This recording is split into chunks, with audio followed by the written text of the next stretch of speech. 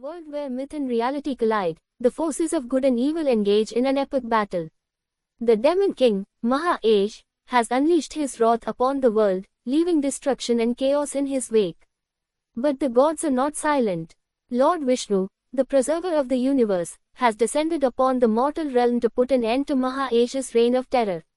With his divine aura radiating around him, Lord Vishnu faces off against the Demon King. Maha-Ash, fueled by his own dark energy, charges at Lord Vishnu with a fierce battle cry. But Lord Vishnu is not one to back down. With a swift and deadly divine kick, he sends Maha-Ash flying across the battlefield. The Demon King struggles to get back to his feet, but Lord Vishnu is relentless.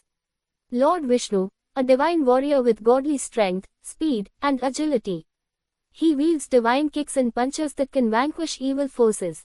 His aura radiates divine energy, inspiring allies and intimidating foes.